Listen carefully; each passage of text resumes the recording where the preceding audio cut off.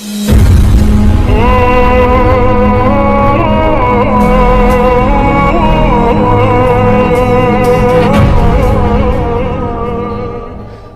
کیا فرما رہا ہے؟ اللہ کہتا ہے شہر رمضان الذی انزل فیہ القرآن، یہ وہ مہینہ ہے جس میں قرآن کو نازل کیا گیا۔ میں ایک روایت کو پیش کرنا چاہ رہا ہوں، صحابی رسول ہیں، نام ہے سعد ابن معاذ رضی اللہ عنہ۔ سعد ابن معاذ، سعد کے نام سے بہت سے صحابہ رسول ہیں، فہرست سے پوری صحابہ کی جن کے نام سعد ہیں، لیکن سعد ابن معاذ جن کا مشہور واقعہ آپ کے ذہنوں میں ہوگا کہ پیغمبر جنازے پہ آئے، قبر پہ آئے تو ان کی والدہ نے کہا کہ سعد جنت مبارک ہو، تو حبیب خدا نے فرمایا نہیں، ان پہ تو عذاب ہو رہا ہے۔ کہا یا رسول خدا کیسے مان لوں، آپ تو شریف لائے ہیں پھر بھی عذاب ہو رہا ہے۔ کہ اس کی بیوی راضی نہیں تھی اس سے، روایت ہے ذہنوں میں سب کے، نہا ہوں جب نہیں کریں گے تو مجھے پتہ نہیں چلے گا کہ ذہنوں میں ہے یا نہیں ہے، کچھ نہ کچھ اشارہ کرتے رہیں تاکہ مجھے پتہ چلے کہ ہاں ہاں روایت سن رکھی ہے، میں آگے بڑھ جاؤں۔ رضوان گرامی بھی روایت ہے، مشہور و معروف روایت ہے، لیکن جناب سعد سے متعلق یہ روایت امالی شیخ طوسی میں، شیخ طوسی نے اپنی کتاب الامالی کے اندر روایت نقل کی ہے۔ کون سی روایت ہے؟ کہ حبیب خدا کو جب خبر دی کہ سعد کا انتقال ہو گیا، سعد ابن معاذ کا، تو رسول خدا ننگے پاؤں تشریف لائے جنازے میں، جوتے نہیں پہنے ہوئے تھے، نعلین مبارک نہیں تھے۔ تو ایک صحابی نے سوال کیا، کہا یا رسول اللہ آپ سعد کے جنازے میں بغیر نعلین کے کیوں آئے ہیں؟ کہا 70,000 فرشتے سعد کے جنازے میں موجود ہیں۔ 70,000 یا 80,000 فرشتے سعد کے جنازے میں موجود ہیں، میں جوتوں سمیت فرشتوں کے پاؤں پہ پاؤں نہیں رکھنا چاہتا۔ تو سوال کیا کہ یا رسول اللہ اتنے فرشتے کیوں آئے سعد کے جنازے میں؟ تو آپ نے فرمایا کہ سعد کو قرآن حفظ نہیں تھا، دیکھ کے پڑھنا بھی نہیں جانتے تھے، ایک بزنس مین تھے، تاجر تھے، پوری جنگ کا جہاد کا خرچہ دیا کرتے تھے۔ رسول خدا کہتے تھے بھی غزوہ ہے تو کہتے تھے سارا خرچہ میں دوں گا، تو پیغمبر نے کہا تھا سعد آپ پہ جہاد ساقط ہے، کیونکہ سارے مسلمانوں کے پاس جو ہتھیار ہے سب آپ نے دیے۔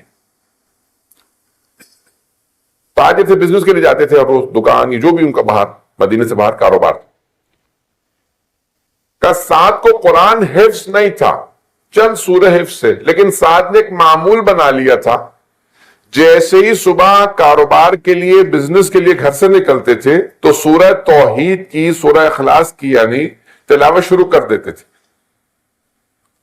اور سارا دن کاروبار پہ رہتے، بزنس پہ رہتے، تجارت پہ، جب گھر واپس آتے تب تک پورا دن سورہ اخلاص کی تلاوت کرتے رہتے تھے، دن میں 1000 مرتبہ سے زیادہ سورہ اخلاص کو پڑھتے تھے۔ کیا اتنے کثرت سے سورہ اخلاص کی تلاوت کی وجہ سے اللہ نے کہا کہ سعد کا انتقال ہو گیا، اس نے اتنی سورہ توحید پڑھی ہے، اللہ نے 70,000 فرشتوں کو بھیجا جاؤ جنازے میں شرکت کرو۔ سعد کے جنازے میں اس لیے آئے فرشتے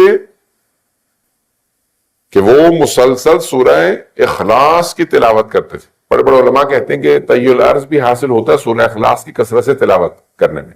طی الارض سمجھتے ہیں حضرات کہ زمین جن کے لیے سکڑ جاتی ہے، نیت کی گھر سے نکلے فوراً کربلا پہنچ گئے، پہنچے ہوئے لوگ ہوتے ہیں۔ تو عزیزان گرامی، اب یہ انسان اگر قرآن کی تلاوت کرے، میں نے کہا نا کہ اگر آپ سورہ نہیں دہرا سکتے، ریپیٹ نہیں کر سکتے، دہرا نہیں سکتے، ایک آیت ہی کو دہراتے رہیں، بسم اللہ الرحمن الرحیم، پورا دن بسم اللہ الرحمن الرحیم، بسم اللہ، جب یاد آئے بسم اللہ کی ایک تسبیح پڑھ لی، 2 تسبیح پڑھ لی، 1000 مرتبہ بھی لوگ اگر چاہیں تو آرام سے 20 منٹ میں، 15 منٹ میں، 10 منٹ میں پڑھ سکتے ہیں، اور یہ 1000 ختم قرآن کے برابر ہے ماہ رمضان مبارک۔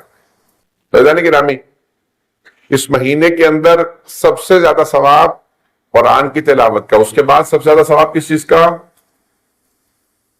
محمد و آل محمد پہ صلوات پڑھنے کا ثواب ہے۔ تو اگر بسم اللہ دہرا سکیں، صلوات کی ایک تسبیح، کم از کم دن میں ایک تسبیح، صلوات کی ایک تسبیح بسم اللہ کی ضرور پڑھیں۔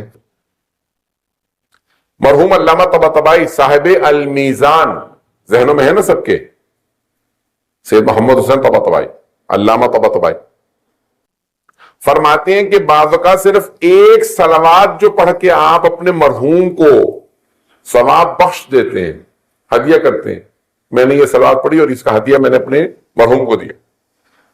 علامہ طباطبائی فرماتے ہیں وہ جو ایک صلوات آپ پڑھ کے اپنے مرحوم کو بخشتے ہیں، اس کا نہ جانے کتنا سفر رکا ہوا ہوتا ہے، برزخ کا سفر، صرف ایک صلوات سے سارا سفر آسان ہو جاتا ہے، ایک صلوات سے۔ کہتے ہیں اس کی تاریکی، وہ جو قبر میں تاریکی ہوتی ہے، تاریکی دور ہو، صرف ایک صلوات سے تاریکی دور ہو جاتی ہے، سفر آسان ہو جاتا ہے۔ انسان کو اندازہ ہی نہیں ہے کہ اس ایک صلوات کا اثر کتنا ہے، ثواب